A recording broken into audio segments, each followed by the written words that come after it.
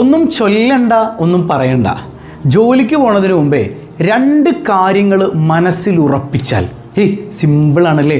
2 കാര്യങ്ങൾ മനസ്സിൽ ഉറപ്പിച്ചിട്ട് നീ ജോലിക്ക് പോയാൽ അള്ളാഹു നിന്നെ അതിസമ്പന്നനാക്കും. ഇമാമിങ്ങൾ പഠിപ്പിക്കാൻ. അതിപ്പോൾ എങ്ങനെ ഉസ്താദേ? ഒന്നും ചൊല്ലണ്ട, പറയണ്ട, മനസ്സിൽ കരുതിയാൽ മതി 2 കാര്യങ്ങളെന്നാണ്. അത്ഭുതം നടക്കും ജീവിതത്തിൽ. അള്ളാഹു നിങ്ങളെ അതിസമ്പന്നരാക്കും. പടച്ചോൻ തൗഫീഖ് നൽകട്ടെ. അതിപ്പോൾ എങ്ങനെയാണെന്ന് നമുക്ക് പഠിക്കാം. മുഴുവനായിട്ട് കാണുക, ഉത്തരം കമൻറ്റ് ചെയ്യുക, നാമുമായി ബന്ധപ്പെട്ട എല്ലാവരിലേക്കും ഷെയർ ചെയ്ത് കൊടുക്കുക.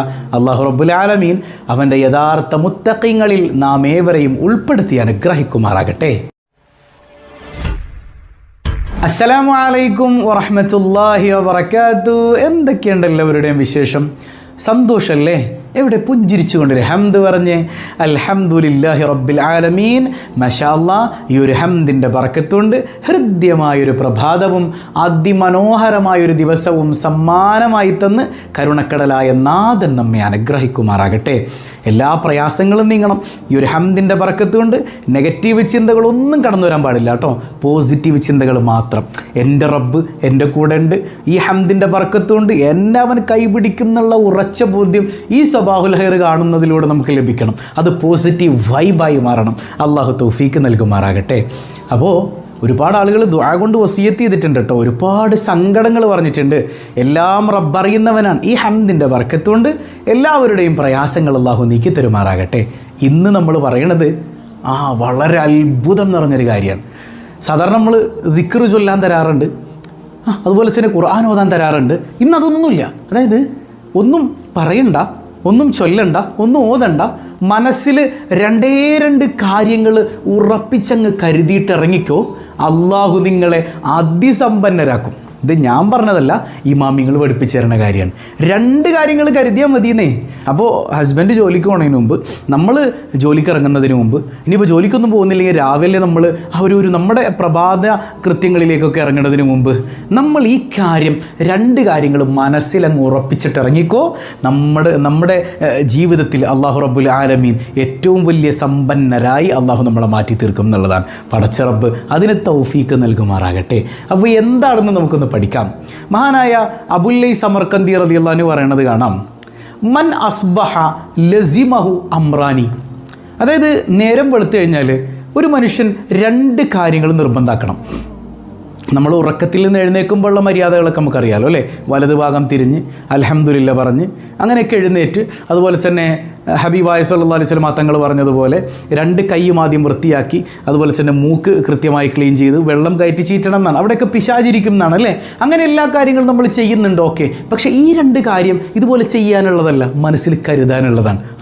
2 കാര്യങ്ങൾ ജോലിക്ക് പോകുന്നതിന് മുമ്പ് മനസ്സിൽ നിയ്യത്ത് ചെയ്താൽ, നിയ്യത്ത് എന്ന് പറഞ്ഞാൽ വെറുതെ മനസ്സിൽ പറയലല്ല കേട്ടോ, ഉറപ്പിക്കലാണ്.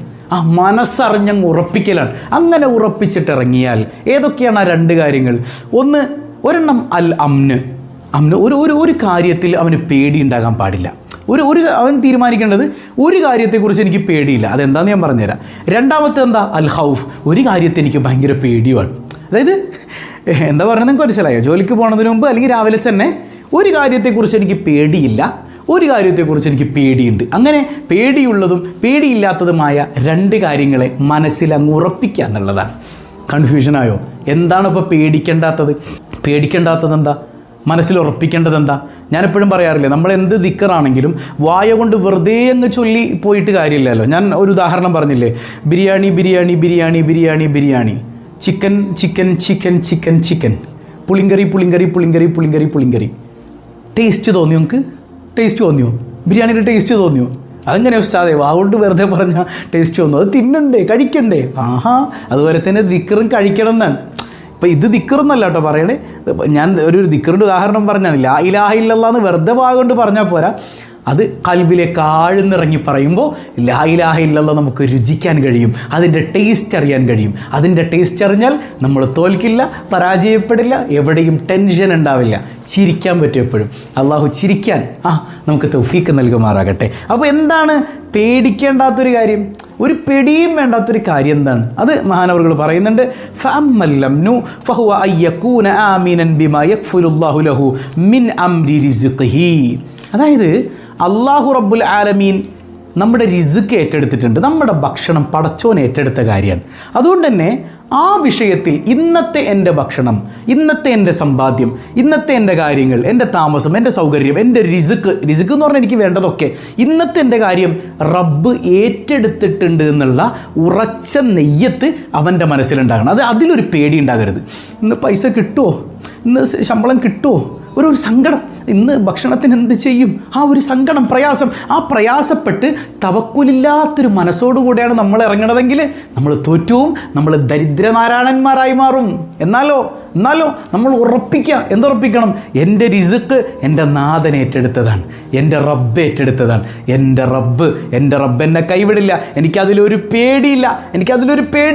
എനിക്ക് ഭക്ഷണം കിട്ടുമോ ഇല്ലയോ എന്നുള്ള ടെൻഷനില്ല. എൻ്റെ റബ്ബ് തരും, എനിക്കും എൻ്റെ കുടുംബത്തിനും തരും. ഈ ചിന്തയും ചിന്തിച്ച് വീട്ടിൽ വെറുതെ ഇരുന്നാൽ പോരാ, പണിയെടുക്കണം കേട്ടോ. പ്രത്യേകിച്ച് ഭർത്താക്കന്മാരെ, നിങ്ങൾ പണിയെടുക്കണം. നമ്മൾ അധ്വാനിക്കുന്നതോടൊപ്പം, ചിലപ്പോൾ അധ്വാനം കൊണ്ട് പൈസ ഒരുപാട് കിട്ടിക്കൊള്ളുന്നില്ല, പക്ഷേ അധ്വാനിക്കുന്നതോടൊപ്പം രാവിലെ അധ്വാനങ്ങൾക്ക് മുമ്പ് ഒന്നാമതായി ഈ നെയ്യത്ത് നിങ്ങളുടെ മനസ്സിലുണ്ടാകണം എന്നാണ്. പലപ്പോഴും ഇത് ഉണ്ടാകാറില്ല.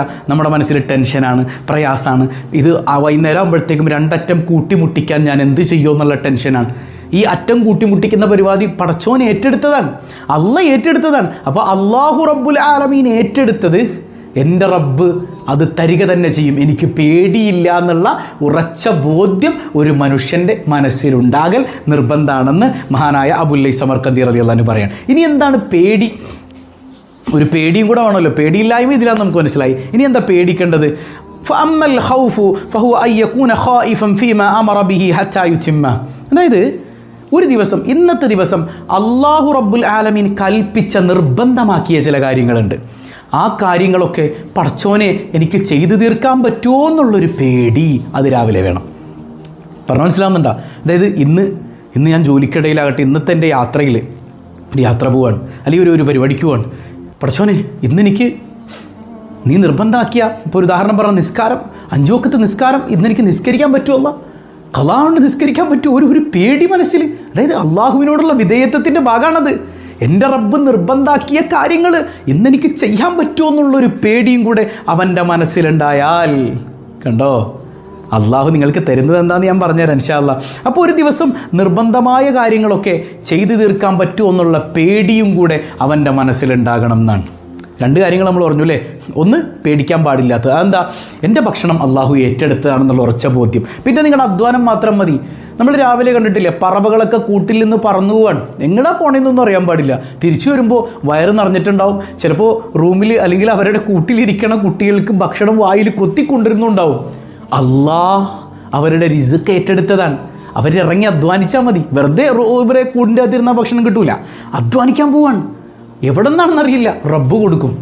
അപ്പോൾ ഈ ഒരു ബോധ്യത്തിൽ എൻ്റെ റിസ്ക് അള്ളാഹ് ഏറ്റെടുത്താണ്, ഞാനതിൽ പേടിക്കേയില്ല. ആ ഒരു പേടിയില്ലായ്മ ഈ വിഷയത്തിൽ ഉണ്ടാകണം. രണ്ടാമത്തെ എന്താണ്? എൻ്റെ ഇബാദത്ത്, ഇന്നത്തെ ദിവസം അള്ളാഹു നിർബന്ധമാക്കിയ ഇബാദത്ത് അത് പൂർത്തീകരിക്കാൻ പറ്റുമോ റബ്ബേ? ആ ഒരു പേടിയുണ്ടെങ്കിൽ പിന്നെ ഒരൊറ്റ വക്കത്ത് നിസ്കാരം നമുക്ക് കളാവൂല. നമ്മൾ എങ്ങനെ സമയം കണ്ടെത്തി നിസ്കരിക്കും?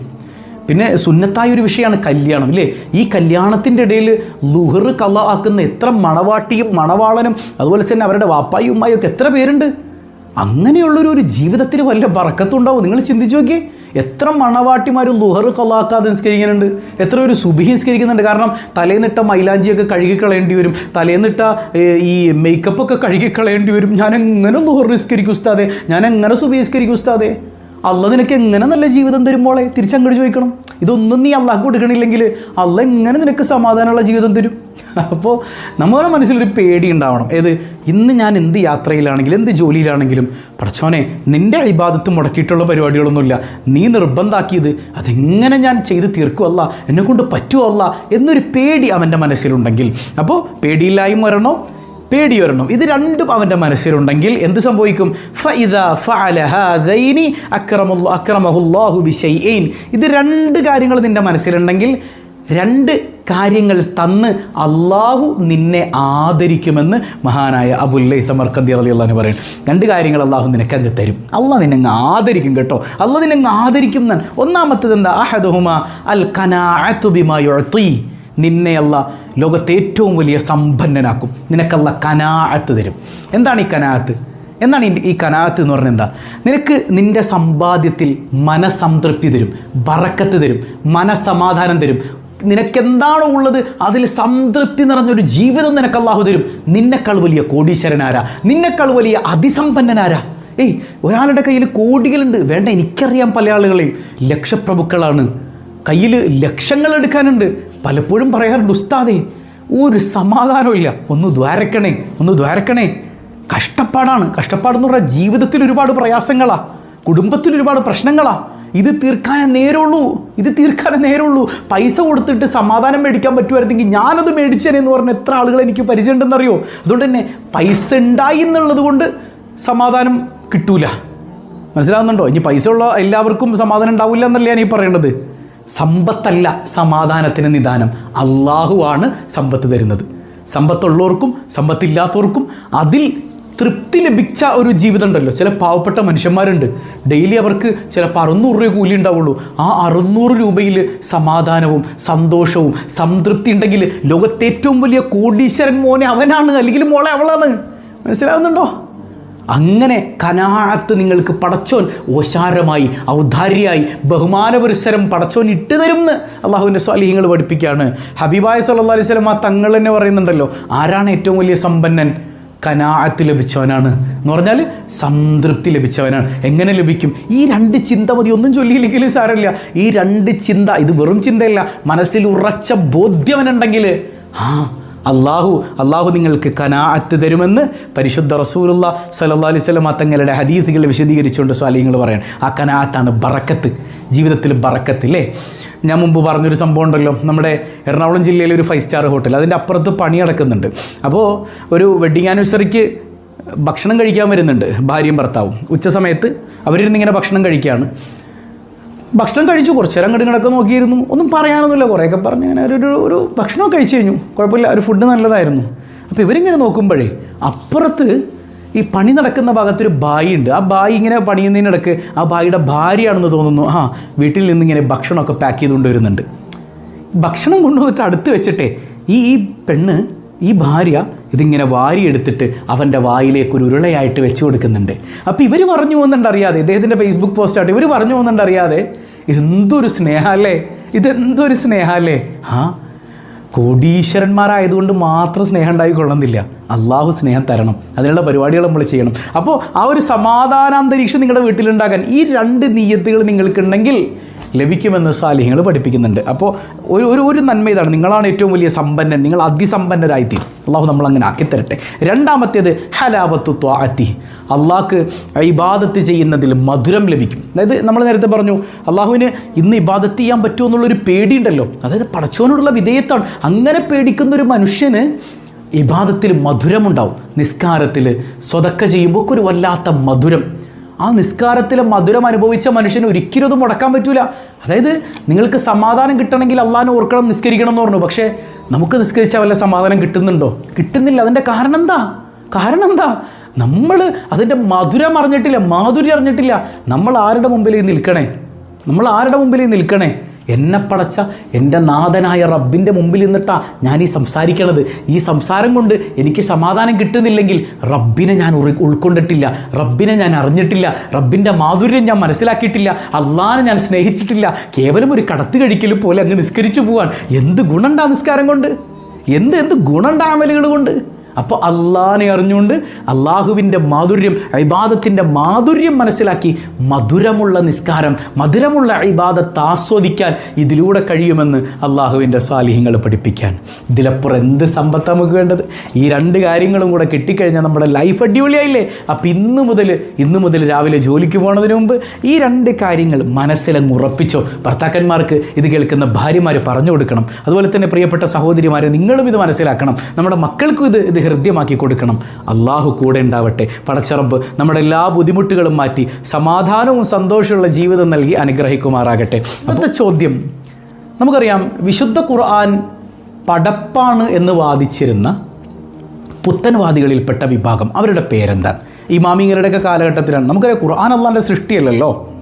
ഖുർആൻ അള്ളാഹിൻ്റെ കലാമാണ്, അള്ളാഹിൻ്റെ സിഫത്താണ്, അത് സൃഷ്ടിയല്ല. അതുകൊണ്ട് തന്നെ ഖുർആനോട് വല്ലാത്ത ബഹുമാനം വേണം കേട്ടോ.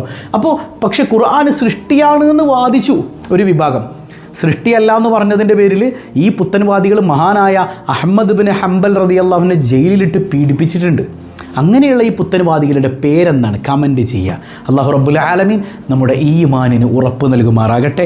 പതിവായി ചൊല്ലുന്ന ദിക്ർ സുബ്ഹാനല്ലാഹി വബിഹംദിഹി അദദ ഖൽഖിഹി വറിളാ നഫ്സിഹി വസിനത അർശിഹി വമിദാദ കലിമാതിഹി. സുബ്ഹാനല്ലാഹി വബിഹംദിഹി അദദ ഖൽഖിഹി വറിളാ നഫ്സിഹി വസിനത അർശിഹി വമിദാദ കലിമാതിഹി. സുബ്ഹാനല്ലാഹി വബിഹംദിഹി അദദ ഖൽഖിഹി വറിളാ നഫ്സിഹി വസിനത അർശിഹി വമിദാദ കലിമാതിഹി. അൽഹംദുലില്ലാഹി റബ്ബിൽ ആലമീൻ. അല്ലാഹുമ്മ സ്വല്ലി അലാ സയ്യിദിന മുഹമ്മദിൻ വഅലാ അലി സയ്യിദിന മുഹമ്മദ്. അർഹമുറാഹിമായ റബ്ബേ, നീ ഞങ്ങളെ സ്വീകരിക്കണേ അല്ലാ. ഈ പറഞ്ഞതെല്ലാം ജീവിതത്തിൽ അന്വർത്ഥമാക്കാൻ തൗഫീക്ക് നൽകണേ അല്ലാ. ഒരുപാട് സങ്കടങ്ങൾ, ഒരുപാട് പ്രയാസങ്ങൾ എല്ലാം നിനക്കറിയാമല്ലോ തമ്പുരാനെ. സന്തോഷം നിറഞ്ഞ പുഞ്ചിരിക്കാൻ കഴിയുന്ന ജീവിതം, പോസിറ്റീവ് വൈബുള്ള ജീവിതം ഞങ്ങൾക്ക് നൽകി അനുഗ്രഹിക്കണേ അല്ലാ. പടച്ചവനെ, ഒരുപാട് ആളുകൾ ദാരിദ്ര്യം കൊണ്ട് കഷ്ടപ്പെടുന്നുണ്ട്. ഞങ്ങളാരെയും ദാരിദ്ര്യത്തിലേക്ക് വലിച്ചെറിയല്ല റബ്ബേ. സാമ്പത്തിക അഭിവൃദ്ധി ദുനിയാവിലും ആഖിറത്തിലും നീ നൽകണേ അല്ലാ. മനസ്സിനും ശരീരത്തിനും നൽകണേ അല്ലാ. റിസ്ഖിൽ വിശാലത നൽകണേ അല്ലാ. ഒരാളുടെയും മുമ്പിൽ കൈനീട്ടേണ്ട ഒരവസ്ഥയിലേക്ക് എത്തിക്കല്ലേ അല്ലാ. യാ റബ്ബന, മനസ്സമാധാനം നൽകണേ അല്ലാ. കുടുംബത്തിൽ സന്തോഷം നൽകണേ അല്ലാ. ഐക്യം നൽകണേ അല്ലാ. സ്നേഹം നൽകണേ അല്ലാ. പൊന്നുമക്കളെ സ്വാലിഹീങ്ങളും ആബിദീങ്ങളും അദബുള്ളവരുമാക്കണേ അല്ലാ. പടച്ചവനെ, എല്ലാ പരീക്ഷകളിലും പരീക്ഷണങ്ങളിലും വിജയം നൽകണേ അല്ലാ. റഹമുറാഹിമായ റബ്ബേ, വിവാഹപ്രായം എത്തിയവരുണ്ട്, അനുയോജ്യരായ ഇണകളെ നൽകണേ അല്ലാ. മക്കളില്ലാത്തവരുണ്ട്, സ്വാലിഹീങ്ങളായ സന്താനങ്ങളെ നൽകണേ അല്ലാ. ഗർഭിണികളുണ്ട്, പലവിധ പ്രയാസങ്ങളിലൂടെ കടന്നുപോകുന്നവരുണ്ട്. എല്ലാം നീക്കി സുഖകരമായ പ്രസവം നീ നൽകണേ അല്ലാ. അർഹമുറാഹിമായ കരുണക്കടലായ തമ്പുരാനെ, മക്കളില്ലാതെ വേദനിക്കുന്ന എത്രയോ പേരാണ്. അവരുടെ കണ്ണുനീർ നീ തുടയ്ക്കണേ റഹ്മാനെ. വീടില്ലാത്തവർക്ക് ഹൈറായ ഭവനം നൽകണേ അല്ലാ. ഞങ്ങളുടെ കടബാധ്യതകൾ നീ ഏറ്റെടുക്കണേ അല്ലാ. ജോലിയില്ലാത്തവർക്ക് ഹൈറായ ജോലി നൽകണേ അല്ലാ. ജോലിയിൽ മടിവാദിച്ചിരിക്കുന്നവർ, അതുപോലെ തന്നെ ജോലി തേടിയിട്ട് കിട്ടാത്തവർ, എല്ലാവർക്കും ഹൈറായ തൊഴിൽ നീ നൽകണേ അല്ലാ. നല്ല ഊർജ്ജസ്വലത നൽകണേ അല്ലാ. സിഹറുകൾ, കണ്ണേറുകൾ എത്ര ഭീകരമാണെങ്കിലും അതൊക്കെ നീ ബാത്തുലാക്കണയല്ല. എല്ലാ ഹൈറും ഷെറും നിന്നിൽ നിന്നാണല്ലോ തമ്പുരാനെ. റഹമുറഹിമായ റബ്ബേ, ഒരുപാട് പ്രവാസികൾ പ്രത്യേകിച്ച് ദുആ കൊണ്ട് വസിയ്യത്ത് ചെയ്തിട്ടുണ്ട്. ജീവിതത്തിൽ ഉടനീളം നീ അഭിവൃദ്ധി നൽകണയല്ല. നീ എല്ലാ തടസ്സങ്ങളും നീക്കണയല്ല. ഞങ്ങളുടെ മുമ്പിൽ ഒരുപാട് മുറാദുകളുണ്ട്, എല്ലാ മുറാദുകളും ഹാസുലാക്കി തരണയല്ല. ഒരുപാട് പ്രയാസങ്ങളുണ്ട്, പ്രയാസങ്ങളെല്ലാം നീ അകറ്റണയല്ല. ഞങ്ങളിൽ നിന്ന് മൺമറഞ്ഞ മാതാപിതാക്കൾ, ബന്ധുമിത്രാദികൾ എല്ലാവർക്കും മഗ്ഫിറത്ത് നൽകണയല്ല. പടച്ചവനെ, ഒരുപാട് പേർ ഉംറക്ക് പോകാൻ, ഹജ്ജിന് പോകാൻ കൊതിക്കുന്നവരാണ്. നീ അത് എളുപ്പത്തിൽ പൂർത്തീകരിക്കാൻ തൗഫീക്ക് നൽകണയല്ല. പടച്ചവനെ, ഹജ്ജിന് പോകാൻ, അതുപോലെ തന്നെ ഉംറക്ക് പോകാൻ വേണ്ടി ആഗ്രഹിച്ച് അടുത്ത വർഷം ഹജ്ജ് ചെയ്യാൻ ആഗ്രഹിച്ചിരിക്കുന്നവരുണ്ട്. ഉടനെ ഉംറക്ക് പുറപ്പെടുന്നവരുണ്ട്. എല്ലാവരുടെയും യാത്രകൾ നീ എളുപ്പമാക്കണയല്ല. എപ്പോഴാണ് ഞങ്ങൾ മരിക്കുന്നതെന്നറിയില്ല റബ്ബേ. ഈ മനസ്സലാമത്താക്കണയല്ല. പെട്ടെന്ന് വിളിക്കല്ലയല്ല. ഞങ്ങൾക്കെല്ലാവർക്കും ആഫിയത്തുള്ള ദീർഘായുസ് നിൻ്റെ ത്വാഅത്തിലായി നൽകണയല്ല. ഞങ്ങളെയും ഞങ്ങളിൽ നിന്ന് വിട പറഞ്ഞവരെയും, പ്രത്യേകിച്ച് ഈ സ്വബാഹുൽ ഖൈറിനെ സ്നേഹിക്കുന്ന ഓരോരുത്തരെയും കുടുംബസമേതം ആരംഭപ്പൂവായ റസൂലുള്ളാഹി സ്വല്ലല്ലാഹു അലൈഹി വസല്ലമ തങ്ങളോടൊപ്പം നിൻ്റെ കാരുണ്യം കൊണ്ട് നീ ഒരുമിപ്പിക്കണേ അല്ലാ. ബിഹഖി സ്വല്ലല്ലാഹു അലാ മുഹമ്മദ് സ്വല്ലല്ലാഹു അലൈഹി വസല്ലം, സ്വല്ലല്ലാഹു അലാ മുഹമ്മദ് സ്വല്ലല്ലാഹു അലൈഹി വസല്ലം. അല്ലാഹുമ്മ സ്വല്ലി അലാ മുഹമ്മദ് യാ റബ്ബി സ്വല്ലി അലൈഹി വസല്ലം. വസ്സലാമു അലൈക്കും വറഹ്മത്തുള്ളാഹി വബറകാതുഹു.